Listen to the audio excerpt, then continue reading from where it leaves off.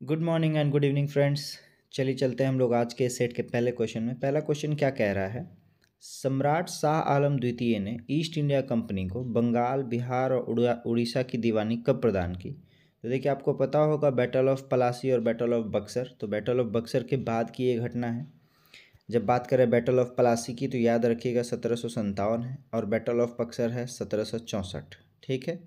और इसके बाद आपका 12 अगस्त 1765 वो दिन था जिसमें कि शाह आलम द्वितीय ने ईस्ट इंडिया कंपनी को बंगाल, बिहार और उड़ीसा की दीवानी प्रदान की। दीवानी का मतलब हो गया टैक्स कलेक्शन करने का अधिकार।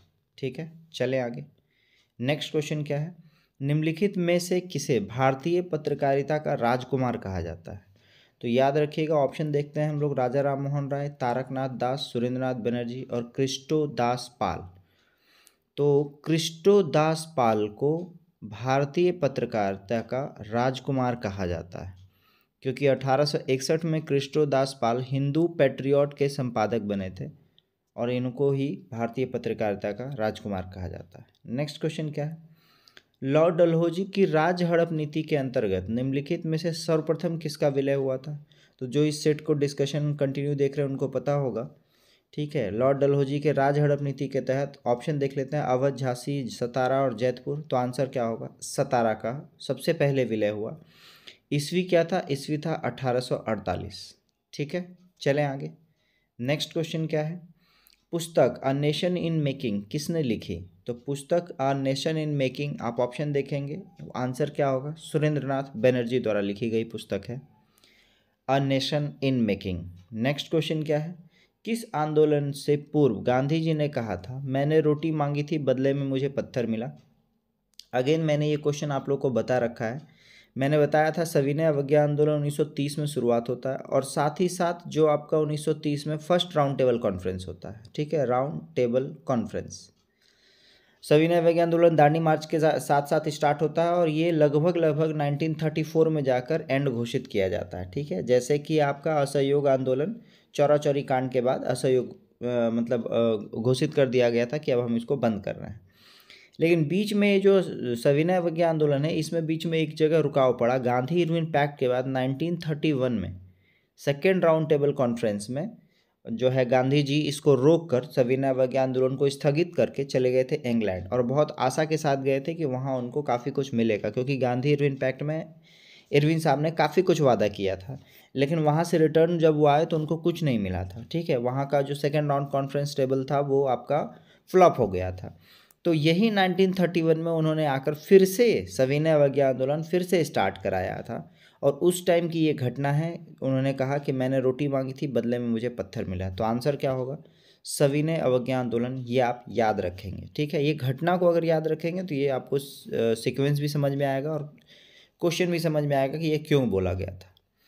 नेक्स्ट क्वेश्चन क्या है? जिया तरंग आंदोलन का प्रारंभ कहाँ हुआ था? तो देखिए, जब हम बात करते हैं जिया तरंग आंदोलन तो ये था आपका ऑप्शन ए मणिपुर में हुआ था। अच्छा, ये हुआ कब था? तो देखिए, हम लोगों ने सविनय अवज्ञा आंदोलन की अभी जस्ट बात की थी। तो सविनय अवज्ञा आंदोलन जिस समय भारत में चल रहा था उस समय नॉर्थ ईस्ट के मणिपुर में इसी के बिहाफ में जिया तरंग आंदोलन चल रहा था। क्लियर? चलें आगे। नेक्स्ट क्वेश्चन क्या है? मुस्लिमों में शिक्षा प्रसार के लिए बिहार के किस जिले में 1872 ईस्वी में साइंटिफिक सोसाइटी का गठन किया गया? तो शिक्षा प्रसार के लिए बिहार के मुजफ्फर जिले में 1872 ईस्वी में साइंटिफिक सोसाइटी का गठन किया गया था। चलें, किस जिले में? मुजफ्फर जिले में। नेक्स्ट क्वेश्चन क्या है आपका? पटना युवक संघ की स्थापना किस वर्ष हुई थी? तो पटना युवक संघ की स्थापना हुई थी 1927 ईस्वी में। कब हुई थी? 1927 ईस्वी में। और 1927 देखकर याद रखिएगा, आपको याद आएगा सामन कमीशन का फॉर्मेशन। और 1928 में सामन कमीशन इंडिया आए थे। और बाकी आप जानते हैं लाला लाजपत राय, सामन कमीशन गो बैक का नारा लाला लाजपत राय द्वारा दिया गया। चलते हैं हम लोग अगले क्वेश्चन में। अगला क्वेश्चन क्या कह रहा है? हुमायूं द्वारा लड़े गए निम्नलिखित युद्धों में सबसे बाद में कौन सा युद्ध लड़ा गया? तो देखिए, आपको पता होगा हुमायूं का 1539-40 में इन्होंने एक बैटल लड़ा था जिसमें कि ये शेरशाह सूरी से हारे थे और 15 साल ये गायब रहे थे और फिर वापस कब लौटे? 1555 में लौटे थे। तो पहले तो ये सिचुएशन याद रखना चाहिए।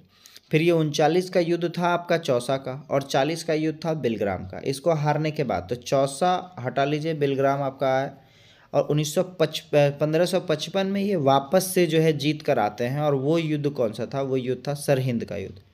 और फिर 1956 या 55 के लास्ट तक में इनकी डेथ भी हो जाती है। तो आपको पूछ रहा है कि सबसे लास्ट में, सबसे बाद में लड़ा गया युद्ध क्या था? सरहिंद का युद्ध, जिसके बाद इन्होंने वापस से इंडिया में मुगल शासन की नींव रखी थी। क्लियर? सरहिंद का युद्ध 1555। नेक्स्ट क्वेश्चन, क्वेश्चन नंबर 10 क्या कह रहा है? आदि ग्रंथ अथवा गुरु ग्रंथ साहिब का संकलन निम्नलिखित में से किसने किया है? तो देखिए, इनका जो आपका गुरु ग्रंथ साहिब है, ये एक बुक है, इसका संकलन किया है गुरु अर्जुन देव ने। किसने किया है? गुरु अर्जुन देव ने किया है, जो 5वें नंबर के गुरु थे। कौन से नंबर के? 5वें नंबर के गुरु कौन थे? गुरु अर्जुन देव थे। ये आपको ध्यान में रखना है। चलें आगे। नेक्स्ट क्वेश्चन क्या है? निम्नलिखित में से किस हड़प्पाई स्थल से एक उन्नत जल प्रबंधन का साक्ष्य मिला है? तो देखिए, उन्नत जल प्रबंधन का साक्ष्य कहाँ से मिला है? आंसर क्या होगा? आंसर है आपका धौलावीरा। कौन सा है? धौलावीरा। अच्छा, धौलावीरा है कहाँ आज करंट के डेट में? तो धौलावीरा गुजरात में। कहाँ है? गुजरात में। क्लियर? क्या मिला है? उन्नत जल प्रबंधन का साक्ष्य मिला है। नेक्स्ट क्वेश्चन क्या है? निम्नलिखित में से किसने समुद्रगुप्त को भारत का नेपोलियन कहा था? बड़ा आश्चर्य वाली बात है, याद रखिएगा। समुद्रगुप्त, हम किस काल की बात कर रहे हैं? गुप्त काल की बात कर रहे हैं। और नेपोलियन कहाँ का है? Almost modern India, modern world का है। फिर भी हम लोग पुराने वाले आदमी को नए वाले से तुलना कर रहे हैं। हालांकि चलिए ठीक है। अच्छा, क्वेश्चन ये है कि किसने कहा था? तो ऑप्शन देख लेते हैं। Hari Sen, Vincent Smith, James Prinsep और विलियम जोन्स। तो आंसर क्या होगा? विंसेंट स्मिथ ने समुद्रगुप्त को भारत का नेपोलियन कहा, क्योंकि समुद्रगुप्त ने भी काफ़ी लड़ाई लड़ी और सब में लगभग लगभग जीता है, और नेपोलियन ने भी सारा वॉर लगभग लगभग जीता है। इस वजह से इनको ये उपाधि मिली है। अब बात कर लें जेम्स प्रिंसेप की, तो आपको पता होगा अकबर के शिलालेखों का सर्वप्रथम अध्ययन इसने ही किया है। नेक्स्ट क्वेश्चन क्या है आपका? निम्नलिखित कथनों में से कौन सा असत्य है, आपसे पूछ रहा है। तो बौद्ध धर्म में आत्मा की मान्यता नहीं है, ये बिल्कुल सही है। नेक्स्ट है, बौद्ध धर्म में पुनर्जन्म की मान्यता है, ये भी सही है। बौद्ध धर्म में संघ में प्रस्ताव के पाठ को अनुशासन कहा जाता था, ये सही है। बौद्ध धर्म में संघ की सदस्यता राजा के सेवक, चोर, दास एवं रोगी व्यक्ति को भी प्रदान की जाती थी, ये गलत है। ठीक है।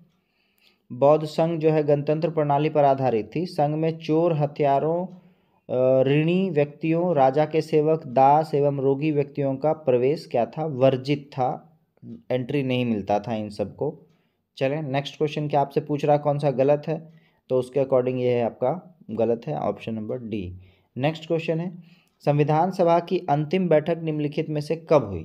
तो देखिए, संविधान सभा का स्टार्टिंग अगर बात करें तो स्टार्टिंग हुआ है 9 दिसंबर 1946। सच्चिदानंद सिन्हा जो है वो आपके अस्थायी अध्यक्ष बने थे, on the basis of age कह लीजिए, है ना, वरिष्ठतम के आधार पे। नेक्स्ट क्या है? 11 दिसंबर 1946, 1946। इसमें क्या है? डॉक्टर राजेंद्र प्रसाद को परमानेंट जो है, स्थायी जो है अध्यक्ष घोषित किया था। और फिर 13 दिसंबर 1946, ये क्या था? आपके जवाहरलाल नेहरू ने ऑब्जेक्टिव रेजोल्यूशन, जो उद्देश्य का प्रस्ताव है वो बताया, बाद में वही हमारा प्रस्तावना बन गया था। ये तो था इनिशियल।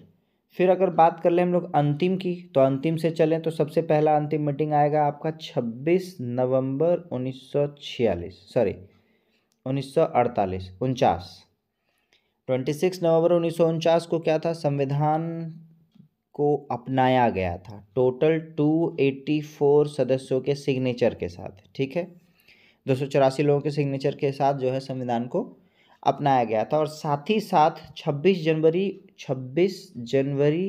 01 1930 को जो हम लोग सिंबॉलिक जो आज़ादी बनाए थे कांग्रेस पार्टी ने, उसको याद रखने के लिए हमने फर्स्ट रिपब्लिक डे 26 जैन 1950 को मनाने की घोषणा की, है ना। और अब बात कर लें अंतिम बैठक, तो अंतिम बैठक हुआ है 24 जनवरी 1950। देखिए, मैंने काफ़ी कुछ बताया इस क्वेश्चन में आपको। 24 जनवरी 1950 को जो है संविधान सभा की आखिरी बैठक हुई है, और उस दिन जो है 3 चीज़ें हुई। तो ऑप्शन में चलें हम लोग, तो आंसर क्या होगा? 24। अब इस दिन 3 चीज़ें हुई हैं। पहला क्या, तो पहला प्रेसिडेंट का सिलेक्शन हुआ, तो प्रेसिडेंट कौन बने, डॉक्टर राजेंद्र प्रसाद। फिर क्या हुआ, नेशनल एंथम बना जनगण मन, और नेशनल सॉन्ग बना कौन सा, वंदे मातरम। इन तीनों चीज़ की घटनाएं एक साथ हुई है 24 जनवरी को, जो कि संविधान सभा की आखिरी बैठक थी। और जस्ट इसके एक दिन बाद 25 जनवरी को सुकुमार सेन चुनाव आयुक्त बने। क्लियर, 25 जनवरी को सुकुमार सेन जो है चुनाव आयोग का गठन हुआ और उसके अध्यक्ष बने। और साथ ही साथ याद रखिएगा, इसलिए हम लोग 25 जनवरी को वोटर्स डे सेलिब्रेट करते हैं। ये पूरी कहानी को आप 2-3 बार देख लेंगे इस वीडियो में तो एकदम याद हो जाएगा आपको। चलते हैं नेक्स्ट क्वेश्चन में। लोकसभा में कितने सीटें अनुसूचित जाति और अनुसूचित जनजाति के लिए प्रतिनिधित्व के लिए आरक्षित है, तो याद रखिएगा टोटल है आपका 131। ये रिपीटेड क्वेश्चन है, आपको याद हो जाना चाहिए था अभी तक। अब इस 131 में बाइफर्केशन क्या है, एससी का और एसटी का। तो देखिए एससी का जो सीट है वो है आपका 84 और एसटी का जो सीट है वो है 47। दोनों को ऐड कर लेंगे 131 आएगा। क्लियर, चलें आगे। नेक्स्ट क्वेश्चन क्या है आपका, राष्ट्रीय पेंशन प्रणाली निजी क्षेत्रों के अंतर्गत एनपीएस से जुड़ने की अधिकतम आयु निम्नलिखित में से कौन सी है। तो देखिए पहले ये 60 वर्ष था, अब ये 65 वर्ष हो गया है। एनपीएस यानी कि नेशनल पेंशन स्कीम में शामिल होने के लिए अधिकतम एज क्या है, 65 ईयर्स है।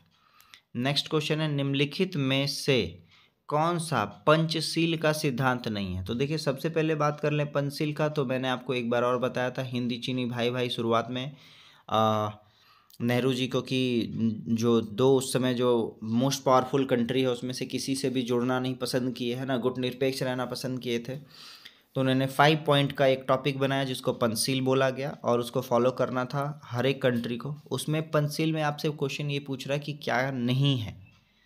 तो पहला जो ऑप्शन आपको नज़र आ रहा है वो है शांतिपूर्वक सह अस्तित्व, मतलब साथ साथ रहना, सही है। क्षेत्रीय अखंडता के लिए पारस्परिक सम्मान, ये भी सही है कि भाई आपका जो पार्ट है वो आपका है, मेरा जो पार्ट है वो मेरा है। तीसरा है नाभिकीय निवारण, ये जो है था ही नहीं पंचशील में। चौथा है आंतरिक मामलों में अहस्तक्षेप, यानी कि इंटरनल मैटर में हम एक दूसरे को टच नहीं करेंगे।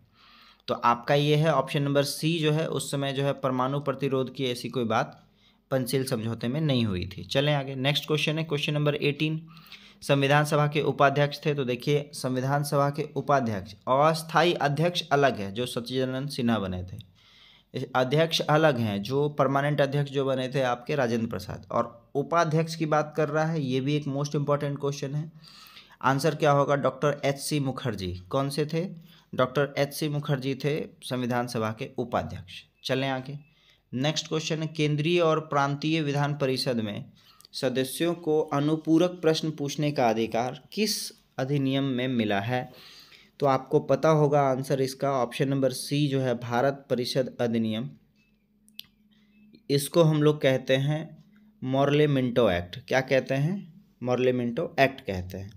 और इसके तहत बेसिकली 2 चीज़ें हुई। पहला तो कम्युनल रिप्रेजेंटेटिव यानी कि CR मैं कह लूँ, सांप्रदायिक के आधार पे जो है आपका वोटिंग स्टार्ट हुआ, जिसमें कि माना जाता है, कई इतिहासकारों ने माना है कि पाकिस्तान बनने की नींव इसी अधिनियम से हुई है। और सेकंड क्या कि वायसराय काउंसिल में भारतीयों को जगह मिला। सत्येंद्र प्रसन्न सिन्हा जो थे उनको ये फर्स्ट व्यक्ति थे जिनको वायसराय काउंसिल में प्रश्न पूछने का अधिकार है। तो यही अनुपूरक प्रश्न पूछने का अधिकार किस अधिनियम में मिला है, तो भारत परिषद अधिनियम 1909, जिसको मॉर्ले मिंटो एक्ट भी कहते हैं। चलें आगे। नेक्स्ट क्वेश्चन क्या है आपका, संसद सदस्यों की निर्हरता यानी अयोग्यता के प्रश्न पर निर्णय कौन ले सकता है।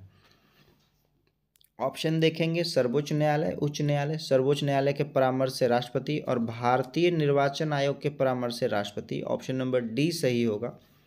संसद सदस्यों की अयोग्यता घोषित करने के लिए भारतीय निर्वाचन आयोग के परामर्श से राष्ट्रपति इसका निर्णय ले सकते हैं। नेक्स्ट क्वेश्चन क्या है, अंतर्राष्ट्रीय अम्ल वर्षा सूचना केंद्र यानी कि एसिड रेन का जो इन्फॉर्मेशन सेंटर है वो कहाँ है, तो वो है आपके ओस्लो में। Option number C Oslo. Oslo राजधानी किसकी है, तो याद रखिएगा ओस्लो राजधानी है नॉर्वे की। किसकी राजधानी है, नॉर्वे की राजधानी है ओस्लो, और यही है अंतर्राष्ट्रीय अम्ल वर्षा सूचना केंद्र। नेक्स्ट क्वेश्चन है, भारतीय मानक समय की यामोत्तर नहीं गुजरती है। देखिए मैंने आपको एक दिन मैप से क्लियर कट बताया था कि भारतीय समय जो है मानक समय यानी कि जो 0.5 डिग्री ईस्ट देशांतर रेखा, आप ऐसे समझिए। ये रेखा जो है भारत के टोटल 5 राज्यों से गुजरती है, जिसमें 3 का नाम यहाँ पे दिया हुआ है। सबसे पहले उत्तर प्रदेश, फिर आपका छत्तीसगढ़, फिर आपका एमपी, फिर आपका उड़ीसा और फिर आपका आंध्र प्रदेश। इन 5 से गुजरती है 82.5 डिग्री पूर्वी देशांतर लाइन, जो कि भारतीय मानक समय है। आंसर क्या होगा, किससे नहीं गुजरती है? महाराष्ट्र से नहीं गुजरती है। चलें आगे। नेक्स्ट क्वेश्चन क्या है, कौन से भारतीय राज्य की अधिकतम सीमा म्यांमार से स्पर्श करती है? ये भी आपका रिपीटेड क्वेश्चन है। ऑप्शन देखिए और कोशिश कीजिए आप लोग लगाने का लाइव चैट में। Option number A Manipur, Mizoram, Arunachal Pradesh और नागालैंड। वेरी गुड, आंसर है आपका अरुणाचल प्रदेश। चलें आगे। नेक्स्ट क्वेश्चन क्या है, निम्नलिखित में से दक्षिण भारत की सबसे ऊंची चोटी कौन सी है? ये भी क्वेश्चन आपको अच्छे से क्लियर कट ध्यान में आना चाहिए, बिल्कुल रिवाइज करते जाना चाहिए। हर वीडियो को एटलीस्ट 2-2 बार आप देखिए, जिससे कि आपका रिवीजन अच्छे से होते रहे। 2 दिन या 1 दिन के गैप में देखिए। चलें, आंसर क्या होगा? अन्नाईमुड़ाई होगा दक्षिण भारत की सबसे ऊंची चोटी। अच्छा, क्वेश्चन ये है कि ये है किस राज्य में है, तो याद रखिएगा अन्नाईमुड़ाई केरल राज्य में है। कहाँ है? केरल राज्य में। नेक्स्ट क्वेश्चन क्या है आपका, मंदाकिनी नदी किस जल प्रवाह अथवा मुख्य नदी से संबंधित है? तो मंदाकिनी नदी आपको पता होना चाहिए अलकनंदा से है। मैंने एक बार वाटर फ्लो का आपको एक मैप दिखाया था, उस मैप के थ्रू देखेंगे तो मंदाकिनी जो नदी है वो किससे है? अलकनंदा से। तो चलते हैं एक बार फिर से हम लोग उस मैप को देख लेते हैं।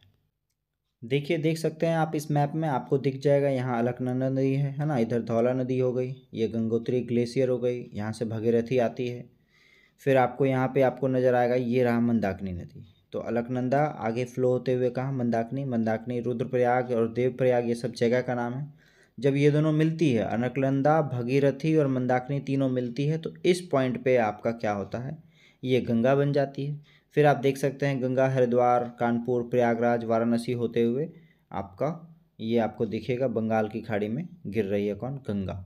चलें, तो ये आपको ध्यान में रखना है। इस मैप को आप कहीं ना कहीं बना लीजिए, और जब भी गंगा रिवर फ्लो या गंगा के बेसिन की बात हो रही हो कहीं पे भी, तो आप इसको एक बार वापस से रिवाइज कर लीजिए। आपको काफ़ी सारा जगह भी रिवाइज हो जाएगा, और साथ ही साथ इससे रिलेटेड जो बेसिक कॉन्सेप्चुअल क्वेश्चन है वो आपके क्लियर भी हो जाए। तो मंदाकिनी नदी, अलकनंदा। नेक्स्ट क्वेश्चन क्या है आपका, निम्नलिखित में से कौन सा जलप्रपात नर्मदा नदी पर नहीं है? तो देखिए, ये एक अच्छा क्वेश्चन है, इसको याद करने वाला क्वेश्चन है। ये आपसे पूछ रहा कौन सा नदी जो है जलप्रपात जो है नर्मदा नदी पे नहीं है। ऑप्शन देखेंगे, कपिलधारा, दुग्धधारा, भालकुंड और भेड़ाघाट। आंसर क्या होगा? भालकुंड। याद रखिएगा, भालकुंड जो है वो बीना नदी पर है। किस नदी पे है? बीना नदी पे है भालकुंड। चलें आगे। नेक्स्ट क्वेश्चन क्या है हमारा? नेक्स्ट क्वेश्चन है क्वेश्चन नंबर 27। क्या कह रहा है, कौन सा राज्य समूह भाखड़ा नांगल परियोजना से जल प्राप्त करता है? भाखड़ा नांगल डैम जो है वो पंजाब में है और हरियाणा के बॉर्डर पे है। तो ऑप्शन देख लेते हैं, पंजाब हरियाणा, यहाँ भी है, यहाँ भी है, यहाँ भी है, यहाँ भी है। ऑलमोस्ट पंजाब हरियाणा है। आंसर क्या होगा? पंजाब हरियाणा के साथ राजस्थान शामिल है। ऑप्शन नंबर सी होगा। भाखड़ा नांगल डैम जो है वो पंजाब, हरियाणा और राजस्थान जो है इससे जल प्राप्त करता है। नेक्स्ट क्वेश्चन क्या है? अच्छा, भाखड़ा नांगल डैम अगर बात करें किस नदी पे है, तो याद रखिएगा ये सतलज नदी पे है। किस नदी पे है? सतलज नदी पे। नेक्स्ट क्वेश्चन क्या है आपका, भारत में आर्थिक उदारीकरण यानी इकोनॉमिक लिबरलाइजेशन शुरू हुआ। ठीक है, भारत में आर्थिक लिबरलाइजेशन शुरू हुआ क्या? तो याद रखिएगा, लिबरलाइजेशन में क्या था, हम लोगों ने 1947 में जब हम आज़ाद हुए थे तो हम लोग विदेशी कंपनियों से डरते थे, क्योंकि ईस्ट इंडिया कंपनी भी ट्रेडिंग करने के लिए आई थी, और बाद में वो धीरे धीरे पूरा का पूरा एडमिनिस्ट्रेशन संभालने लगी, या बोलें कि इंडिया को गुलाम बना दी। तो इनिशियल फेजेस में हम लोग जो आपका 1947 से 1991 तक का जो सफ़र था, वो सफ़र में हम लोग विदेशी कंपनियों से काफ़ी बचते थे, उनको यहाँ एंट्री नहीं देते थे। जब लिबरलाइजेशन हुआ, उदारीकरण हुआ, तो उनके एंट्री को हमने थोड़ा सा लिबरल बनाया है। तो याद रखिएगा, औद्योगिक लाइसेंस नीति में वास्तविक बदलाव के साथ हम लोगों ने लिबरलाइजेशन प्रोसेस शुरू हुआ। और जब बात करेंगे इकोनॉमिक्स में लिबरलाइजेशन का, तो एलपीजी याद रखेंगे, है ना। Liberalisation, privatisation and globalisation 1991, Manmohan Singh उस समय वित्त मंत्री थे, वहाँ से स्टार्ट होता है। नेक्स्ट क्वेश्चन क्या है आपका, नीचे दिए गए क्रेडिट रेटिंग एजेंसीज पर विचार कीजिए तथा उनका काल के क्रम के अनुसार जो है व्यवस्थित करना है। पहला है केयर, दूसरा है इकरा और तीसरा है क्रिसिल। तो इसका फुल फॉर्म आप लोग देखेंगे। पहला फुल फॉर्म केयर का क्या है, credit analysis and research limited, और केयर बना कब था, तो 1993 में बना था। सेकंड क्या है आपका, इकरा है, तो investment information credit rating agency है। क्या है इकरा का full form, investment information and credit rating agency. इसका जो है फॉर्मेशन कब हुआ है, 1991 में हुआ है। और थर्ड है आपका क्रिसिल, यानी credit rating information services of India limited. तो क्रिसिल का क्या है, तो क्रिसिल का आपका फॉर्मेशन हुआ है 1987 में। तो आपको दिख रहा होगा पहले 3 फिर 2 फिर 1, इस तरह से, तो 3 2 1 ऑप्शन नंबर 1 में है। चले आगे, नेक्स्ट क्वेश्चन क्या है आपका, नेक्स्ट क्वेश्चन है निम्नलिखित युग में से कौन सा सही नहीं है ना, सुमेलित नहीं है आपसे पूछ रहा है। ऑप्शन देखेंगे, ऑप्शन के अकॉर्डिंग ऑप्शन नंबर डी जो है आपका तारापुर समिति, ये बैंक में ग्राहक सेवा से नहीं है, बल्कि तारापुर समिति जो था वो पूंजीगत, कैसा, पूंजीगत खाते में रुपए के परिवर्तनीयता से रिलेटेड है। ठीक है, पूंजीगत खाते में रुपए की परिवर्तनीयता पर सलाह हेतु गठित की गई थी तारापुर समिति, बैंकिंग में ग्राहक सेवा नहीं था। ये ऑप्शन गलत है, ऑप्शन नंबर डी गलत है। नेक्स्ट क्वेश्चन क्या है, भारत में तृतीय क्षेत्र में सम्मिलित नहीं है आपसे पूछ रहा है। तो सबसे पहले तो समझ लीजिए इकोनॉमिक में ये तृतीय क्षेत्र होता क्या है। सबसे पहले समझिए प्राइमरी सेक्टर, फिर सेकेंडरी सेक्टर और फिर टर्शियरी सेक्टर, जिसको कि हम तृतीय क्षेत्र कहते हैं। प्राइमरी क्षेत्र जो होता है वो एग्रीकल्चर प्रोडक्ट होता है, सीधा सीधा हम ज़मीन से जो उठा लें वो आपका एग्रीकल्चर से रिलेटेड है। सेकंड क्या होता है, इसको हम प्रोसेस करते हैं, प्रोसेस का मतलब होता है कि आप इंडस्ट्रियलाइजेशन आप कह लीजिए, वो आपका सेकंड में। और थर्ड अब इसको डिस्ट्रीब्यूट करेंगे, बांटेंगे, है ना, तो डिस्ट्रीब्यूट जो सेगमेंट है वो आपका क्या हो गया, सर्विस सेक्टर हो गया। सीधा सीधा जब आप किसान हैं और जब आप गेहूं उपजा रहे हैं तो गेहूं जो आपने निकाला वो आपका क्या हो गया, पहला सेक्टर हो गया एग्रीकल्चर। दूसरा आप उसको प्रोसेसिंग करने के लिए किसी को मिल में देंगे तो मिल आपका क्या हो गया, जो आपका वो हो गया सेकेंडरी सेक्टर हो गया। अब मिल वाला उसको आटे में कन्वर्ट करके फिर बेचेगा, बेचने के लिए दूर दराज गाँव में ले जाएगा, तो ले जाने का जो काम होगा वो आपका टर्सरी सेक्टर में होगा। पहले तो एकदम क्लियर कट रखिए माइंड, ठीक है। अब कह रहा है आपको तीसरा क्षेत्र में सम्मिलित नहीं है, तो देखिए व्यापार और परिवहन, क्योंकि ये व्यापार मैंने बताया ले जाना जो है वो तीसरा सेक्टर का होगा। परिवर्तन एवं संचार, बैंकिंग सीमा, ये भी देखिए सर्विस सेक्टर का पार्ट है। वानिकी और मत्स्यिकी ये आपका प्राइमरी सेक्टर का पार्ट है, देखिए, है ना। फॉरेस्ट और फिशरीज जो है वो आपका प्राइमरी सेक्टर का पार्ट है, जो ओरिजिन वहीं से इनिशिएट होता है। तो आंसर क्या होगा, केवल थर्ड, ऑप्शन नंबर डी आपको दिख रहा होगा, 1v3। क्लियर, कोई डाउट इसमें। चलते हैं आगे, नेक्स्ट क्वेश्चन क्या है आपका, भारत सरकार की राजकोषीय नीति का निम्न में से कौन सा एक उद्देश्य नहीं है। तो देखिए राजकोषीय नीति का जो है उद्देश्य नहीं है आपसे पूछ रहा है। ऑप्शन है आपका पूर्ण रोजगार, मूल्य स्थिरता, अंतर्राज्यीय व्यापार का नियमन और धन तथा आय का नियोजित वितरण। तो देखिए ऑप्शन नंबर सी जो है वो आपको दिख रहा होगा, राजकोषीय नीति में ये जो है अंतर्राज्यीय व्यापार का नियमन ये आपका नहीं है। ठीक है, चलें आगे, नेक्स्ट क्वेश्चन, क्वेश्चन नंबर 33 क्या कह रहा है, भारत में खाद्य प्रबंधन का निम्न में से कौन सा एक उद्देश्य नहीं है। तो खाद्य प्रबंधन का मतलब होता है मैनेजमेंट, उसमें खाद्यान्नों का वितरण भी होगा, खरीद भी होगा, खाद्यान्नों के बफर स्टॉक का रख रखाव भी होगा, खाद्यान्नों का निर्यात नहीं होगा। ठीक है, एक्सपोर्ट हम नहीं करते हैं किसी और कंट्री वगैरह में। तो आंसर क्या होगा, आंसर नंबर डी होगा। नेक्स्ट क्वेश्चन क्या है, भारत में औद्योगिक क्षेत्र की उपलब्धि को मापने के लिए निम्न में से कौन सी संस्था औद्योगिक उत्पादन के सूचकांक को जारी करती है। तो वो कौन सा है आपका, वो है आपका CSO। आपने इनका नाम सुना होगा, केंद्रीय सांख्यिकी कार्यालय, ये जो है आपका डिसाइड करती है क्या, औद्योगिक क्षेत्र की उपलब्धि को। नेक्स्ट क्वेश्चन क्या है आपका, क्वेश्चन नंबर 35, भारत के बजट में किस वर्ष वस्तु लेन देन कर प्रस्तुत हुआ था। अच्छा ये CTT क्या है, इसको हम लोग कहते हैं कमोडिटी ट्रांजैक्शन टैक्स। क्या कहते हैं, कमोडिटी ट्रांजैक्शन टैक्स। इसकी शुरुआत कब हुई है आपसे पूछ रहा है। तो इसकी शुरुआत हुई है 2013-14 से, ये आप ध्यान में रखेंगे, एक मोस्ट इंपॉर्टेंट क्वेश्चन है इकोनॉमिक्स का। Commodity transfer tax, transaction tax की शुरुआत हुई है कब, 2013-14 से, जिसको हम कहते हैं वस्तु लेन देन कर। नेक्स्ट क्वेश्चन क्या है आपका, द्रोणाचार्य पुरस्कार जो खेल क्षेत्र में दिया जाता है की शुरुआत कब हुई है। ये रिपीटेड क्वेश्चन है और आपको याद हो जाना चाहिए, नहीं याद हो तो याद कर लीजिएगा। इसकी शुरुआत हुई है 1985 से। कब हुई है, 1985 से द्रोणाचार्य पुरस्कार की शुरुआत हुई है जो खेल क्षेत्र में दिया जाता है। नेक्स्ट है आकाशदीप पुस्तक के लेखक कौन है। तो ऑप्शंस देख लेते हैं हम लोग। ऑप्शन है आपका यशपाल, जयशंकर प्रसाद, अमृत प्रीतम और कुलदीप नायर। तो आंसर क्या होगा, आकाशदीप पुस्तक के लेखक हैं जयशंकर प्रसाद। कौन है, जयशंकर प्रसाद आकाशदीप पुस्तक के लेखक हैं।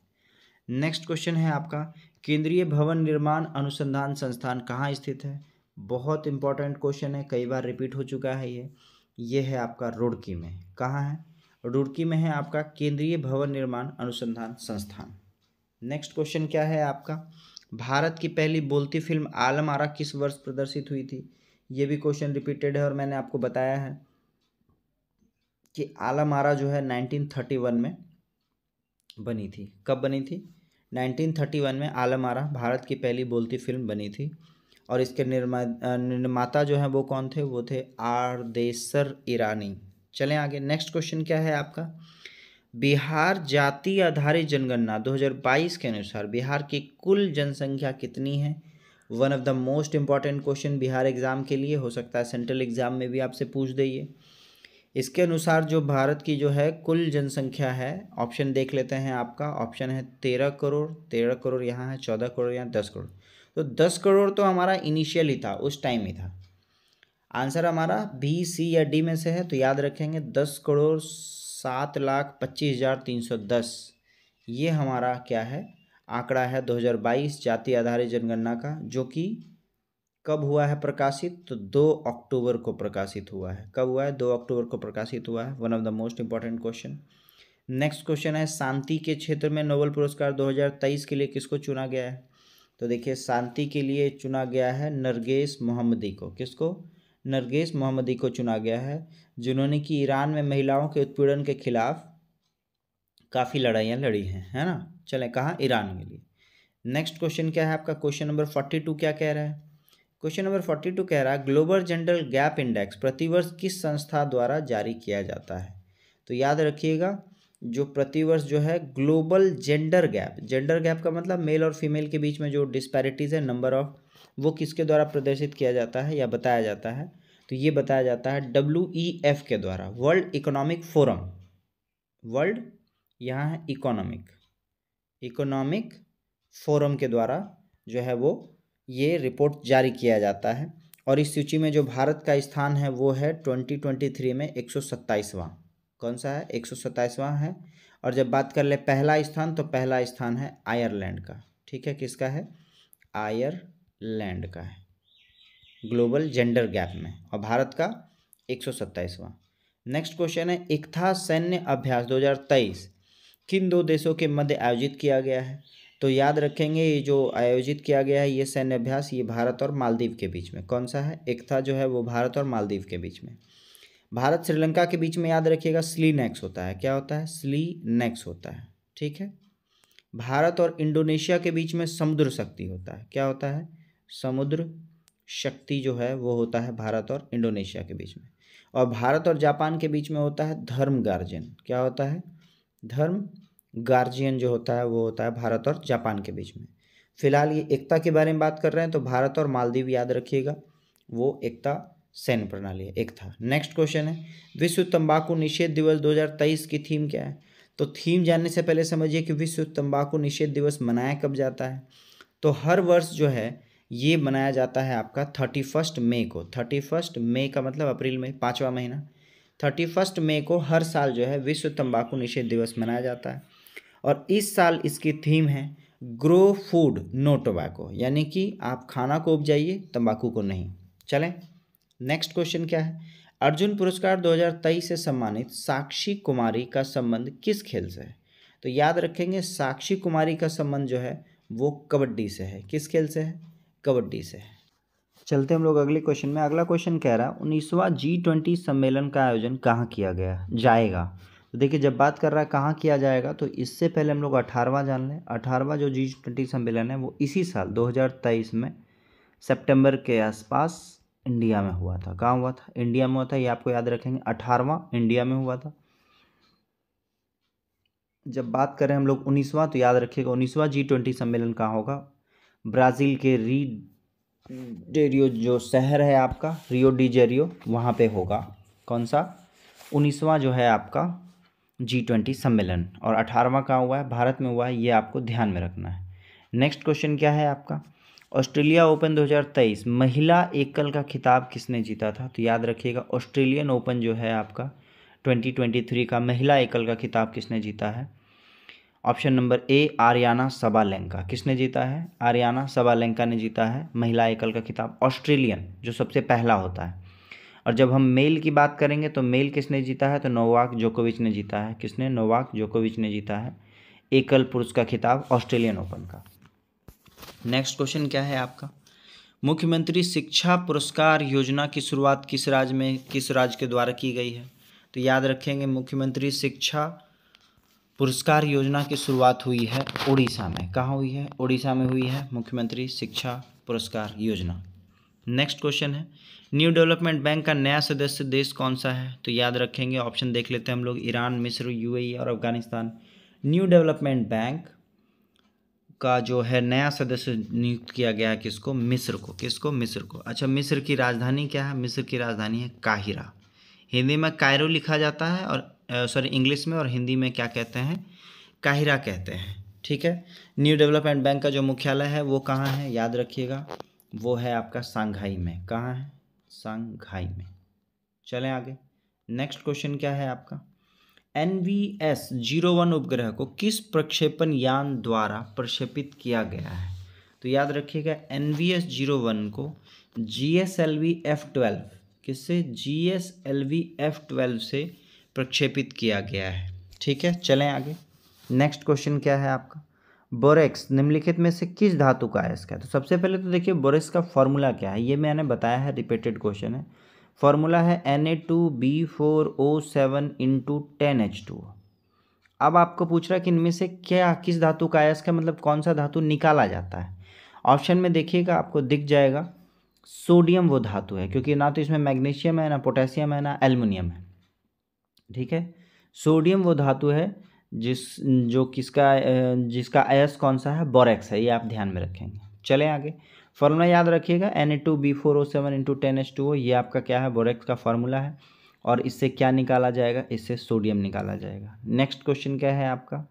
क्वेश्चन नंबर 52 क्या कह रहा है?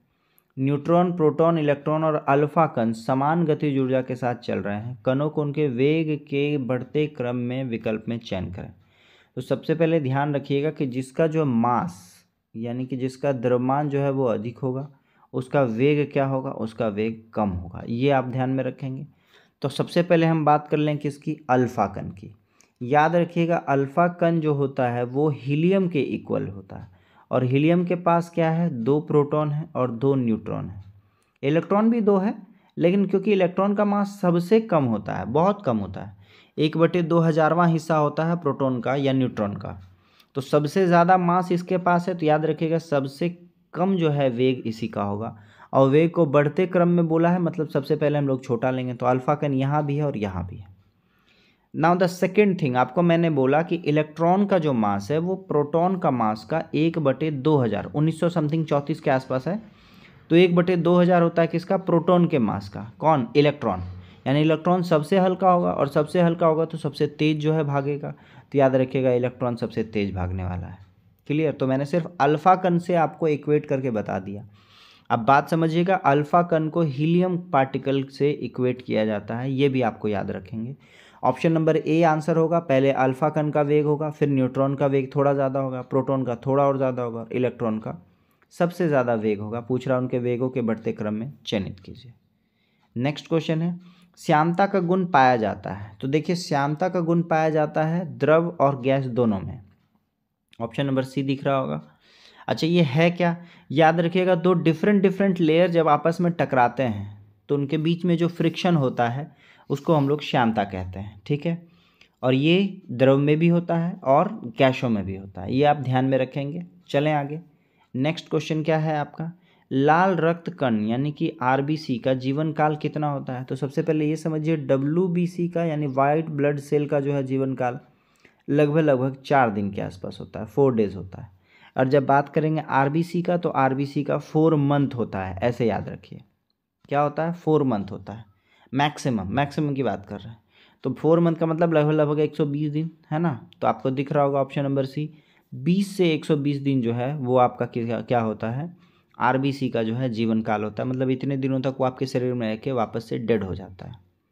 नेक्स्ट क्वेश्चन क्या है, ऑटो वाहनों में हाइड्रोलिक ब्रेक कार्य करता है। तो देखिए हाइड्रोलिक ब्रेक के लिए जो थ्योरी दिया है वो किसने दिया है, वो दिया है पास्कल का सिद्धांत ने। किसने दिया है, पास्कल के सिद्धांत के अनुसार हाइड्रोलिक ब्रेक काम करता है। नेक्स्ट क्वेश्चन क्या है, निम्न में से कौन एक अदिश राशि है। देखिए अदिश का मतलब जिसमें दिशा ना हो, क्या ना हो, दिशा ना हो। तो आप अब सोचेंगे कि दिशा का मतलब क्या है, क्यों हम पढ़ रहे हैं।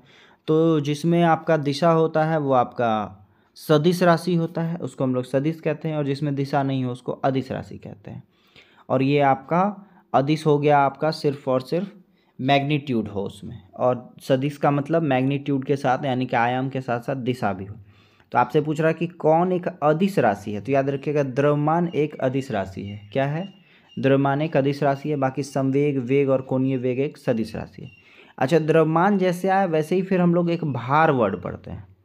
याद रखिएगा भार होता है mg। अभी लास्ट वाले सेट में मैंने बताया था कि 2 kg किसी का द्रव्यमान है तो भार क्या होगा, तो g यानी 9.8 से मल्टीप्लाई करके 19.6 लाया था लास्ट सेट में हम लोगों ने। क्लियर। तो याद रखिएगा भार क्या है, एक सदिश राशि है, और द्रव्यमान क्या है, एक अदिश राशि है। नेक्स्ट क्वेश्चन क्या है आपका, निम्नलिखित में से किसके कारण पृथ्वी सूर्य के चारों ओर चक्कर लगाती है। देखिए वापस से एक रिपीटेड क्वेश्चन है, और समझ लीजिए आप परिक्रमण के कारण। किसके कारण, परिक्रमण के कारण जो है वो पृथ्वी सूर्य के चारों ओर चक्कर लगाती है। नेक्स्ट क्वेश्चन क्या है आपका, सुमिलित कीजिए। वापस से देखिए बहुत आसान सा क्वेश्चन है, क्वेश्चन नंबर 58 की बात कर रहे हैं। आप लोग खुद से देखिए और जल्दी जल्दी से आंसर टाइप करके बताइए कि क्या होगा। जैसे जी मार्कोनी, जे अल्बर्ट देखिए टेलीविज़न का है, ये मुझे पता है। जी मार्कोनी भी पता है, रेडियो का है, ये भी सही है। अलेक्जेंडर ग्राहम बेल, तो ये आपके कौन है, टेलीफोन के, ये भी है। और थॉमस अल्वा एडिसन ग्रामोफोन है, बिल्कुल सही है। हालांकि थॉमस अल्वा एडिसन को हम लोग इलेक्ट्रिक बल्ब के लिए भी कंसिडर करते हैं, है ना, बल्ब के लिए। लेकिन फिलहाल ग्रामोफोन भी किन्होंने बनाया है, थॉमस अल्वा एडिसन ने बनाया है। तो ऑप्शन में 1 2 3 4 नज़र आ रहा होगा, कौन सा, ऑप्शन नंबर ए में। क्लियर, ये बहुत आसान सा है और इतना बेसिकली सबको आना चाहिए।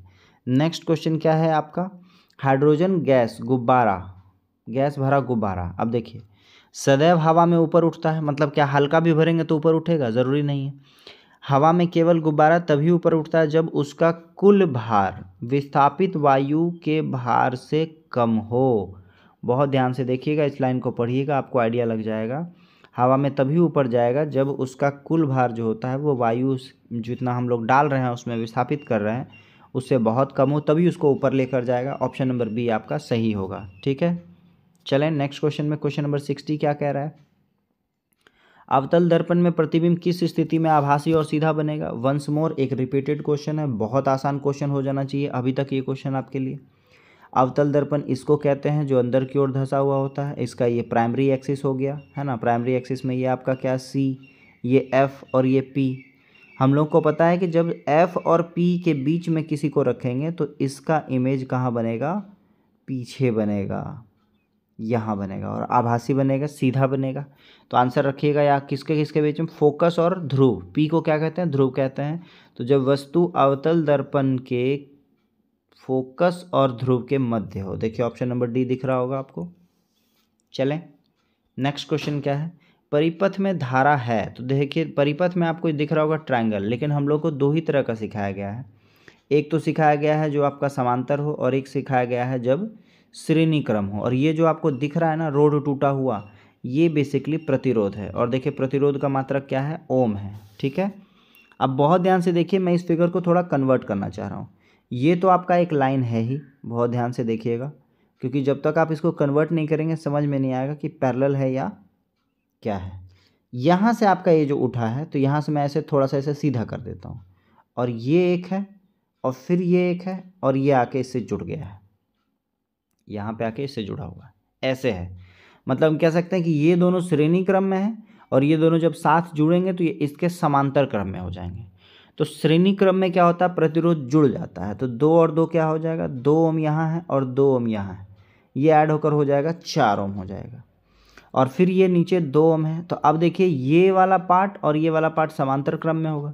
समांतर क्रम में होगा तो क्या होगा, 1/, में होता है। यानी सीधा सीधा हम कह सकते हैं कि 1/R इज इक्वल टू 1/4 ओम और प्लस 1/2 ओम। क्लियर, इसमें कोई प्रॉब्लम। एलसीएम लेंगे तो 4 ओम आ जाएगा, ऊपर आ जाएगा 1 ohm plus 2 ohm is equal to कितना, 3 ओम। यानी नेट जो आर है वो आपका आ जाएगा 4 ओम बाई 3 ओम। इसमें किसी को कोई प्रॉब्लम नहीं होनी चाहिए। सबसे पहले मैंने कुछ नहीं किया, एक लाइन को पैरेलल में लाया और पैरेलल में जब लाएंगे तो 2 आपका श्रेणी क्रम में हो जाएगा, 1 आपका समांतर क्रम में हो जाएगा। फाइनल जो है नेट आर आ गया आपके पास।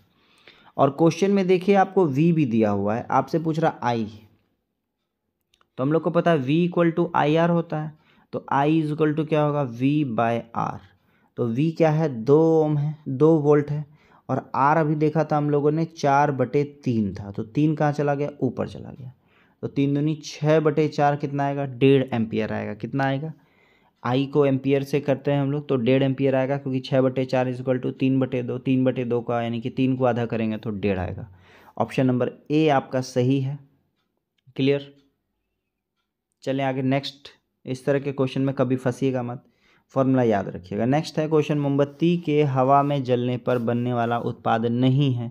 आपसे नहीं है बोल रहा है, तो मोमबत्ती जब जलेगा तो कार्बन का सब कुछ निकलेगा, कार्बन मोनोऑक्साइड, कार्बन डाइऑक्साइड, कालिख निकलेगा। ऑप्शन नंबर ए नाइट्रोजन नहीं निकलेगा। ठीक है, नेक्स्ट है, धातु के एनेमल में कैल्शियम फॉस्फेट मौजूद होता है जिसकी प्रकृति है। तो याद रखिए कि कैल्शियम फॉस्फेट की जो प्रकृति होती है वो बेसिक होती है, क्षारीय होती है। कैसी होती है, बेसिक होती है। कैल्शियम फॉस्फेट का फॉर्मूला क्या होगा, Ca3 होल PO4 होल 2। ठीक है, ये आप ध्यान में रखेंगे, Ca3 PO4 होल 2 ये कैल्शियम फॉस्फेट का फॉर्मूला है। और वो क्या होता है, बेसिक होता है, क्षारीय होता है। नेक्स्ट है, निम्नलिखित कथनों में से कौन सही है।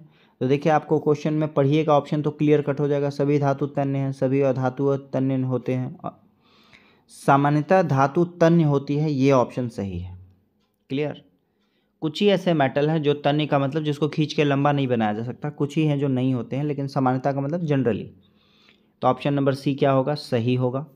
नेक्स्ट क्वेश्चन क्या है आपका, कोशिका का निम्नलिखित में से कौन सा भाग निर्जीव है। आपसे पूछ रहा है जहाँ पे जीवन नहीं नजर आ रहा हो कोशिका में, वो क्या है, वो है वैक्यूल। कहाँ है वैक्यूल, कहाँ है, रिक्तिका। Option number B. तारक का है सेंट्रोसोल, राइबोसोम और माइटोकॉन्ड्रिया। तो माइटोकॉन्ड्रिया में तो खैर हम लोग जानते हैं एनर्जी का फॉर्मेशन ही होता है।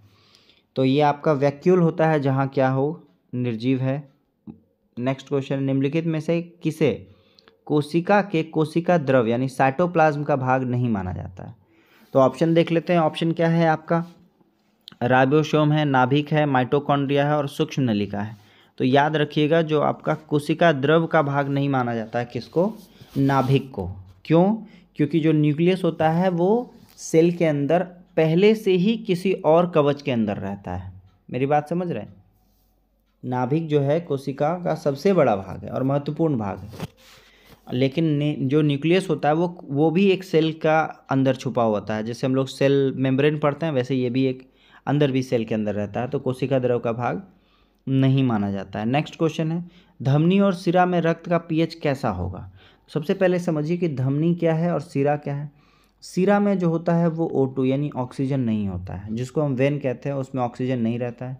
इसमें आपका ऑक्सीजन भी रहता है, प्लस इसमें जितने भी आपके मतलब सीधा सीधा समझिए कि ये आपका क्या अशुद्ध है और ये आपका शुद्ध है।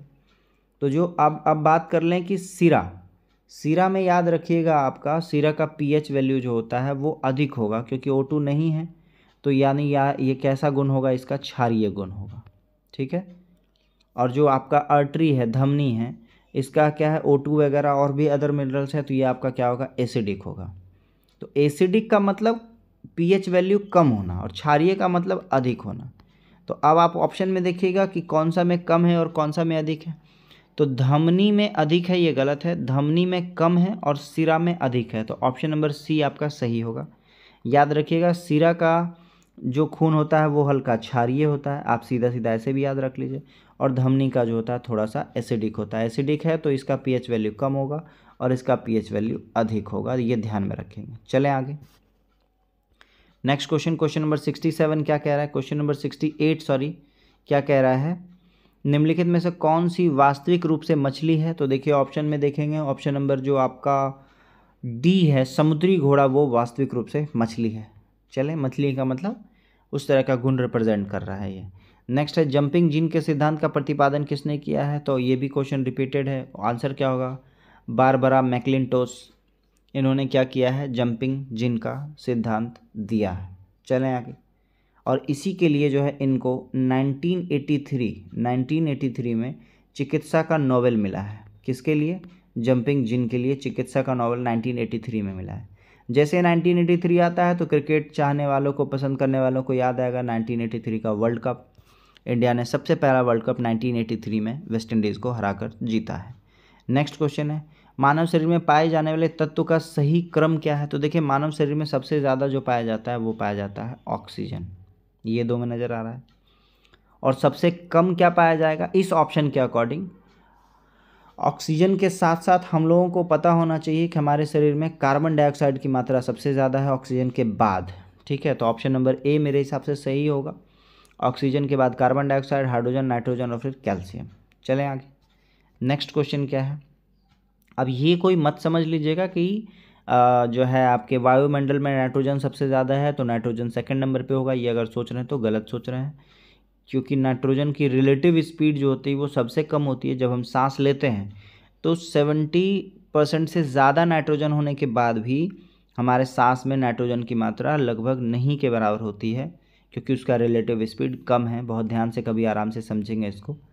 नेक्स्ट क्वेश्चन, निम्नलिखित में से कौन सा युग्म पादप हार्मोन के संबंध में सुमेलित नहीं है। यानी पादप हार्मोन जो है कौन कौन सा है वो तो दिया हुआ है, कौन सा गलत है वो आपको दिया हुआ है। तो देखिए आपने देखा ऑप्शन नंबर ए, फल पकाने वाला, यही गलत है। क्योंकि फल पकाने के लिए एसिटिलीन का यूज़ होता है, C2H2, जिसको एथिलीन भी कहते हैं। मेरी बात समझे, फल पकाने के लिए हम लोग उसका यूज़ करते हैं। अब ऑप्शन में और भी बाकी पढ़ लेते हैं ताकि याद हो जाए। जैसे जिब्रेलिन जो होता है वो बौने पौधे की लंबाई के लिए होता है, ये याद कर लीजिए, सही है। साइटोकाइनिन जो है वो कोशिका विभाजन में होता है, सेल डिवीजन में, ये भी याद कर लीजिए। और एस्बेसिक एसिड जो होता है वो वृद्धि रोकने के लिए होता है, ये भी याद कर लीजिए। अच्छा, वृद्धि रोधक जो है वो आपका एस्बेसिस है, और वृद्धि बढ़ाने के लिए ऑक्सिन का यूज़ होता है, ये आप ध्यान में रखेंगे। क्लियर, बात समझे। फल पकाने के लिए C2H2 है, तो ऑप्शन नंबर ए जो है वो आपका गलत है, पादप हार्मोन से रिलेटेड। नेक्स्ट क्वेश्चन है, रासायनिक परिवर्तन में शामिल है। तो याद रखिएगा रासायनिक परिवर्तन में जो है होता है वो एनर्जी बनता भी है और एनर्जी एब्जॉर्ब भी होता है। तो देखिए अवशोषण या ऊर्जा की मुक्ति दोनों है, बाकी ये सारा गलत है। जैसे पूछ रहा है अभिक्रिया करने वाले पदार्थ बनने वाले उत्पाद के में कोई परिवर्तन नहीं होता, ये गलत है। 2 लीटर दूध को लेके या 2 किलो दूध को लेके दही जमाइए और उसको वेट कीजिए, आपको पता चल जाएगा उसके वेट में मार्जिन आ जाता है। केवल संरचना परिवर्तन होता है, ये भी गलत है। अवक्षेपण या प्रिसिपिटेट का निर्माण नहीं होता, ये भी गलत है। जैसे हम लोग दूध में नींबू डाल दें तो क्या बनेगा, आपका पनीर बनेगा, तो वो क्या है, प्रिसिपिटेट का उदाहरण है। तो ऑप्शन नंबर सी सही है, अवशोषण या ऊर्जा की मुक्ति, यानी कि ऊर्जा या तो एब्जॉर्ब करता है या छोड़ता है। नेक्स्ट है, जंग एक मिश्रण है, यानी कि रस जब लगता है तो वो किस किस चीज़ का मिश्रण है। तो याद रखिएगा ये Fe2O3 और FeOH3, इन दोनों का मिक्सचर को हम लोग क्या कहते हैं, जंग कहते हैं। ठीक है, जंग मतलब लड़ाई वाला जंग नहीं, रस्टिंग जो लोहा में जंग लगता है वो बात कर रहे हैं। क्लियर, चले आगे। नेक्स्ट क्वेश्चन है, स्मॉग जो है वो किसका उदाहरण है। ऑप्शन देखिए, स्मॉग में क्या पार्टिकल भी होता है और पानी का मात्रा भी होता है ना। तो देखिए आपका बर्फ़, पानी, ऑप्शन नंबर डी देख लीजिए, हवा में बिखरा हुआ धुआं और पानी दोनों होता है, दोनों मिलकर क्या बनता है, स्मॉग बनता है। चलें, नेक्स्ट क्वेश्चन क्या है, और आज हमारे इस क्लास का लास्ट क्वेश्चन है, इनमें से कौन सा विद्युत का सर्वोत्तम चालक है। तो सर्वोत्तम चालक में आपको देख लेंगे कौन सा है, समुद्री जल, यानी कि जो इम्प्योर वाटर है जिसमें बहुत कुछ मिला हुआ उसमें इलेक्ट्रिसिटी कंडक्ट होगी, और जो एकदम प्योर वाटर है उसमें इलेक्ट्रिसिटी कंडक्ट नहीं होगी। जो आपका डिस्टिल्ड वाटर है वही आपका ऑप्शन नंबर डी है, आश्वित जल जिसको डिस्टिल्ड वाटर कहते हैं, इसमें इलेक्ट्रिसिटी कंडक्ट नहीं होती है। और जब सर्वोत्तम उदाहरण की बात करेंगे, सर्वोत्तम चालक की, तो वो क्या होगा, समुद्री जल होगा। तो आई होप सो आपको इस सेट में मज़ा आ रहा हो, all of you all the best, have a nice day, thank you.